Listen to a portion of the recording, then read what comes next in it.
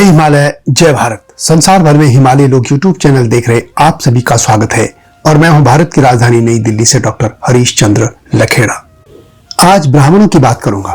धर्म ग्रंथों में 8 तरह के ब्राह्मण बताए गए हैं, खासतौर पर स्मृति और पुराणों में। और आज आप देखेंगे कि समाज के भीतर उसी 8 प्रकार के ब्राह्मण आपको दिख जाएंगे। मैं ब्राह्मणों की जाति उपजातियों की बात नहीं कर रहा हूं, उनके प्रकार की बात कर रहा हूं, यानी उनके गुण, दोष, चरित्र, कार्यकलाप आदि की मैं बात कर रहा हूं। मैं एक बात साफ कर दूं कि मेरा उद्देश्य सिर्फ जानकारी देना मात्र है, बाकी कुछ नहीं। यह इतिहास का हिस्सा है और मैं इस चैनल में इतिहास ही बताता हूं। और इस चैनल में समाज के विभिन्न वर्गों का इसमें इतिहास आपको मिल सकता है। एक बात और साफ कर दूं कि जन्म ना जायते शूद्र संस्कारात् भवेत् द्विज एक पाठात् भवेत् विप्र ब्रह्म जानाति ब्राह्मणा। अर्थात व्यक्ति जन्मतः शूद्र है, संस्कार से वह द्विज बन सकता है, वेदों के पठन पाठन से विप्र हो सकता है, किंतु जो ब्रह्म को जान ले वही ब्राह्मण कहलाने का सच्चा अधिकारी है। इसी मुद्दे पर मैं बात करूंगा, यानी आज की सामाजिक व्यवस्था के हिसाब से मैं ब्राह्मणों के कार्यकलाप और उनकी जो श्रेणियां कह सकते हैं उनके बारे में मैं बात करूंगा। लेकिन जब तक मैं आगे बढ़ूं, आपसे अनुरोध है कि हिमालय लोग यूट्यूब चैनल को सब्सक्राइब अवश्य कर दीजिएगा, जो चैनल पे नए हैं या जिन्होंने अब तक ऐसा नहीं किया है। और मेरे STB यानी सत्यमेव जयते चैनल को भी देखिएगा, ये आपसे विनम्र अनुरोध है। तो बात करते हैं ब्राह्मणों की। सबसे पहले बात ब्राह्मण शब्द की। ब्राह्मण शब्द संस्कृत के ब्रह्म शब्द से निकला है। ब्रह्म एक वैदिक संस्कृत शब्द है और इसे हिंदू धर्म में रचनात्मक सिद्धांत के रूप में माना गया है।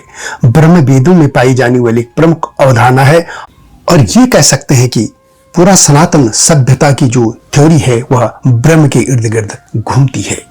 सबसे पहले ब्राह्मण शब्द का प्रयोग अथर्ववेद के उच्चारणकर्ता ऋषियों के लिए किया गया था। फिर प्रत्येक वेद को समझने के लिए ग्रंथ लिखे गए, उन्हें भी ब्राह्मण साहित्य कहा गया। ब्राह्मण का तब किसी जाति या समाज से संबंध नहीं था, बल्कि जो वर्ण व्यवस्था थी उसमें ब्राह्मण वे लोग कहे गए जो कि ज्ञान, पूजा आदि कर्म से जुड़े हुए थे। आर्य व्यवस्था में कोई भी व्यक्ति ब्राह्मण बन सकता था और कोई भी ब्राह्मण से दूसरे वर्ण में जा सकता था। लेकिन बाद में यही वर्ण व्यवस्था जातियों में बदलती चली गई। आज भले ब्राह्मणों की हजारों जातियां हैं, परंतु पहले एक ही कुल के थे। बाद में पंच गौड़ और पंच द्रविड़ यानी 10 श्रेणियां हो गई। स्मृति पुराणों में ब्राह्मण के 8 भेदों का वर्णन मिलता है। इनमें क्रमशः मात्र, ब्राह्मण, क्षत्रिय, अनुचार, भ्रूण, ऋषिकल्प, ऋषि और मुनि, यानी 8 प्रकार के जो ब्राह्मण श्रुतियों में और स्मृतियों में बताए गए हैं। इनके अलावा और भी जो वंश से, विद्या से, सदाचार से ऊपर उठ जाते थे, उन ब्राह्मणों को त्रिशुल्क कहा जाता था। लेकिन मुख्य तौर पर मैं इस बार बात 8 भेदों की बात करूंगा, जो ब्राह्मणों के 8 प्रकार हैं। पहला है मात्र ब्राह्मण। ऐसे ब्राह्मण जो जाति से तो ब्राह्मण है लेकिन वे कर्म से ब्राह्मण नहीं है। आज समाज में अधिकतर ब्राह्मण जो जातियों में लोग हैं उनमें से इसी श्रेणी के ब्राह्मण हैं। उनको सिर्फ ब्राह्मण जाति या उनके संज्ञा नेम या जो उनका सरनेम है वही है, बाकी वे ब्राह्मण कर्म से नहीं जुड़े हैं। यानी वो कहीं पूजा नहीं करते, वो ब्राह्मणों की तरह के उपनयन संस्कार या वैदिक कर्मों से वे बहुत दूर हैं। और ये कह सकते हैं कि वे सिर्फ नाम मात्र का देवी देवताओं की पूजा तो करते हैं, लेकिन वे हर उस कर्म को करते हैं जो कि ब्राह्मणों के लिए वंचित है, वर्जित है। और इस तरीके के ब्राह्मणों को मात्र कहा जाता है। इस समाज में इस तरीके के ब्राह्मण यदि आपको देखें तो गुण को आप मात्र ब्राह्मण कह सकते हैं। दूसरी श्रेणी है ब्राह्मण। ब्राह्मण वे कहलाते हैं जो कि वेद पाठी हैं, ईश्वर की भक्ति में तल्लीन रहते हैं, ब्रह्मगामी हैं, सरल हैं, सत्य हैं के मार्ग पर चलते हैं, किसी का अहित नहीं सोचते, जो कि सत्यवादी है, बुद्धि से देश समाज की भलाई चाहते हैं, जो अपने बातों पर, कर्म पर दृढ़ होते हैं, जो पूजा करते हैं, वेदों को, उपनिषदों को, पुराणों को, सबको मानते हैं और जो वेद सम्मत आचरण करते हैं, जो देश, समाज, संस्कृति की रक्षा के लिए तत्पर रहते हैं, उन्हीं को ब्राह्मण कहा जा सकता है। इसके बाद की श्रेणी है श्रोत्रिय, जो कि स्मृति के अनुसार ये कहा गया है कि कोई भी मनुष्य वेद की एक शाखा को कल्प और 6 अंगों सहित पढ़कर ब्राह्मणोचित 6 कर्मों में संलग्न रहता है वह श्रोत्रिय कहलाता है।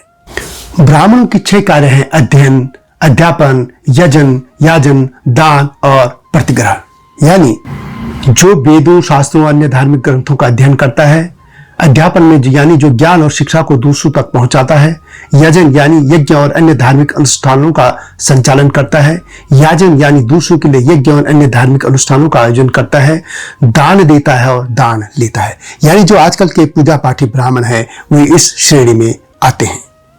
इसके बाद चौथी श्रेणी है अनुचान। अनुचान में ब्राह्मण कहलाते हैं जब कोई भी व्यक्ति वेदों और वेदांगों का तत्वज्ञ, पाप रहित, शुद्ध चित्त, श्रेष्ठ, श्रोत्रिय विद्यार्थियों को पढ़ाने वाला और विद्वान हो तो वह अनुचान माना गया है। इसका बात होता है भ्रूण। अनुचान के समस्त गुणों से युक्त होकर केवल यज्ञ और स्वाध्याय में संलग्न जो रहता है और ऐसे इंद्रिय संयम व्यक्ति को भ्रूण कहा जाता है। इसके बाद है ऋषिकल्प, ये 6वां। जो कोई भी व्यक्ति सभी वेदों, स्मृतियों और लौकिक विषयों का ज्ञान प्राप्त कर मन और इंद्रियों को वश में करके आश्रम में सदा ब्रह्मचर्य का पालन करता है उसे ऋषिकल्प कहा जाता है।